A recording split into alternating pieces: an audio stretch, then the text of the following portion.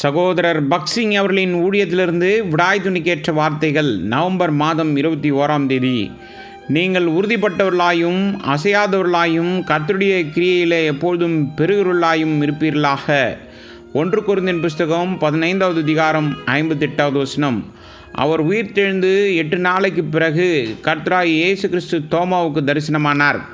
கர்த்தர் முதலில் சீஷர்களுக்கு தரிசனமான போது தோமா அவர்களோடு கூட இல்லை. யோவான் சுவிசேஷம் 20வது அதிகாரம் 19வது வசனம்.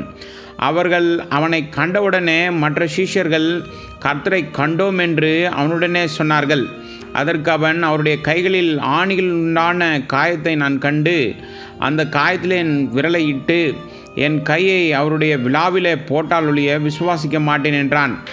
மறுபடியும் 8 நாளைக்கு பின்பு அவருடைய சீஷர்கள் வீட்டுக்குள்ளே இருந்தார்கள். தோமாவும் அவர்களுடனே கூட இருந்தான். கதவுகள் பூட்டப்பட்டிருந்தது. அப்போது இயேசு வந்து நடுவே நின்று, உங்களுக்கு சமாதானம் என்றார். பின்பு அவர் தோமாவை நோக்கி, நீ உன் விரலை இங்கே நீட்டி என் கைகளை பார். உன் கையை நீட்டி என் விழாவிலே போடு. அவிசுவாசியாயிராமல் விசுவாசியாய் இரு என்றார். தோமா அவருக்கு பிரதியுத்தரமாக, என் ஆண்டவரே, என் தேவனே என்றான். அதற்கு இயேசு, தோமாவே, நீ என்னை கண்டதினாலே விசுவாசித்தாய். காணாதிருந்தும் விசுவாசிக்கிறவர்கள் பாக்கியவான்கள் என்றார். ஆகவே அவருடைய உயிர்த்தெழுதலின் வல்லமையை நாம் அனுபவிப்போம்.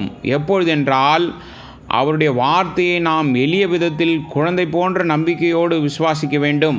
மேலும் நமது ஆத்ம திருப்திக்காகவோ நம்முடைய சொந்த உணர்வுகளுக்காகவோ அடையாளங்களையும் கனவுகளையும் சார்ந்து நாம் காணப்படக்கூடாது.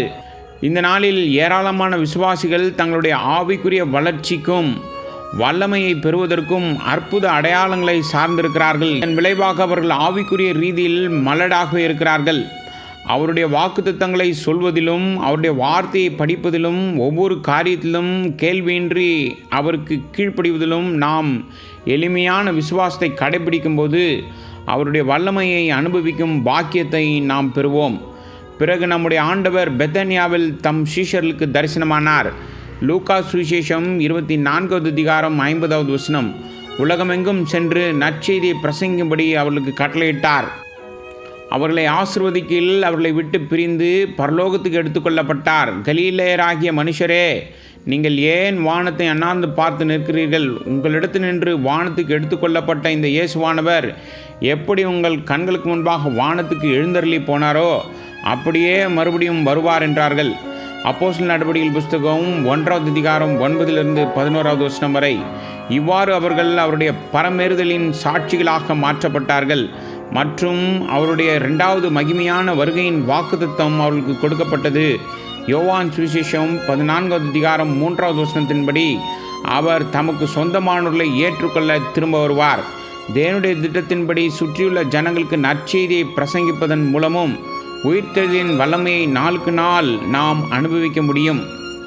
ஞாயிறு ஆராதனை கூட்டங்கள் மற்றும் கர்த்தருடைய மேஜை ஆகியவற்றில் தவறாமல் உண்மையாக பங்கேற்பதன் மூலம் மற்ற விசுவாசிகளும் அவருடைய 2வது வருகைக்கு ஆயத்தமாக இருக்க உதவுவதால் இந்த உயிர்த்தெழுந்த வல்லமை அதிகரிக்கும்.